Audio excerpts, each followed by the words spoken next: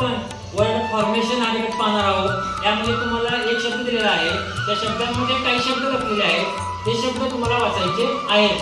चला सुरू करूया। Word formation. नेवर